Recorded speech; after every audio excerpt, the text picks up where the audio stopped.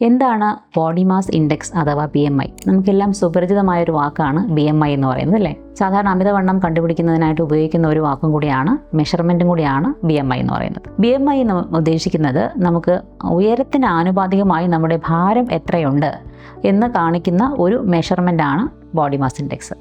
ഇത് നമ്മൾ കാൽക്കുലേറ്റ് ചെയ്ത് കണ്ടുപിടിക്കുന്ന ഒരു മെഷറാണ്. അതായത് ഉയരവും തൂക്കവും വെച്ചിട്ടുള്ളൊരു ഫോർമുലയുണ്ട്.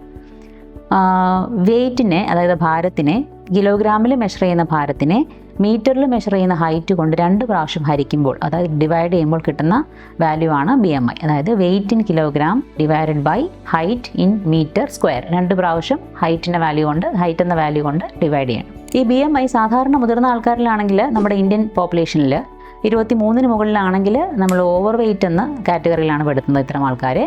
25-ന് മുകളിലാകുമ്പോൾ ഒബീസിറ്റി, അഥവാ അമിതവണ്ണം, പൊണ്ണത്തടി എന്ന കാറ്റഗറിയിലേക്ക് പോകും. പിന്നെ അതിന് മുകളിൽ വാല്യൂ കൂടുന്ന അനുസരിച്ച് ക്ലാസ് 1, ക്ലാസ് 2 അങ്ങനെ വെരി സിവിയർ ഒബീസിറ്റി വരുമ്പോൾ 30-ന് മുകളിൽ എന്നൊക്കെ പറയും.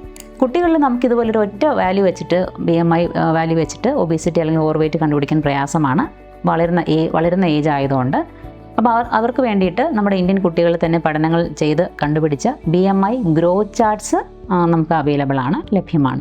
അതിൽ ഒരു 5 വയസ്സ് മുതൽ 18 വയസ്സ് വരെ കുട്ടികളിൽ ഈ ഒരു ഫോർമുല ഉപയോഗിച്ച് BMI കണ്ടുപിടിക്കുമ്പോൾ, എന്നിട്ട് ആ ചാർട്ടിൽ മാർക്ക് ചെയ്യുമ്പോൾ 85% ലൈനിന് മുകളിലാണെങ്കിൽ അതിനെ ഓവർ വെയ്റ്റ് എന്നും, 95% ലൈനിന് മുകളിലാണെങ്കിൽ ഒബീസിറ്റി എന്നും നമ്മൾ നിർവചിക്കും.